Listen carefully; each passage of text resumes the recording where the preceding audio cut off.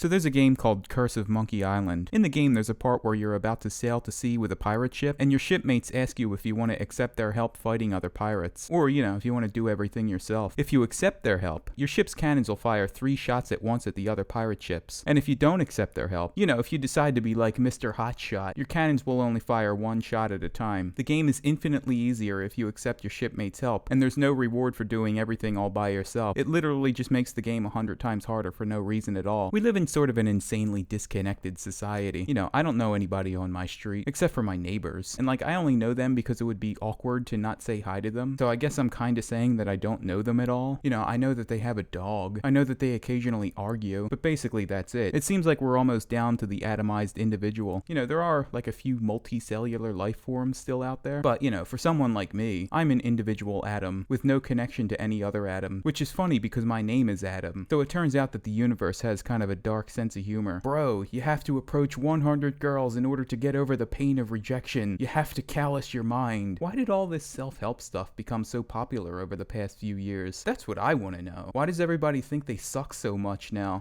We're evolved from millions of years of evolution to be resilient in the face of unbelievable adversity. And suddenly we all suck now? Suddenly we're all mentally weak? When did that happen? I don't buy that at all. This is some kind of tomfoolery, definitely. I think mental calluses are a bad idea, because while calluses might make the guitar a little bit less painful to play, they're not going to stop bullets from going through your skin. And we're not using psychic fists to hurt each other in the modern world. We're using psychic nuclear weapons, like cancel culture and Twitter mobs and stuff. And I don't think psychic calluses are going to do anything to stop that. And I kind of think the idea of mental calluses is a little misguided anyway, because I don't think emotional pain ever gets dulled, only compartmentalized, to be stored and opened at a later date like a birthday present. It's not like walking around barefoot and developing calluses on your feet so that the ground doesn't hurt. Your mind has no ability to develop those kinds of calluses. It can only develop mental armor technology, like a pair of shoes. You think, hey, why is this guy being so mean to me? And then it occurs to you that he must have something going on with him mentally that he hasn't come to terms with. And you realize, wait a second, this guy must be in pain. And this is his way of reaching out for help. Because it's the only way he knows how. Or, you're doing a lot of hard work on something and you're becoming emotionally drained because of the grind. But then you think, wait a second, expressing myself is fun and awesome and it feels good when people understand where I'm coming from. And then you feel all loosey-goosey again and it becomes easy. It dulls the blade of the grind. Kind of acts like a chainmail tunic protecting your mental health. But until you find that mental pair of shoes, no amount of mental push-ups is going to make it stop hurting. Why would you want to develop mental calluses anyway? You think you wouldn't sacrifice some mental fluidity if you did something like that? You want old rigid osteoporosis bones? Or do you want flexible young bones? Your choice. Personally, I want a flexible mind, not a rigid one. Yeah, so telemarketing sucks. Both for the person on the receiving end and the person trying to call you up to sell you something, because we're not evolved to be rugged individuals.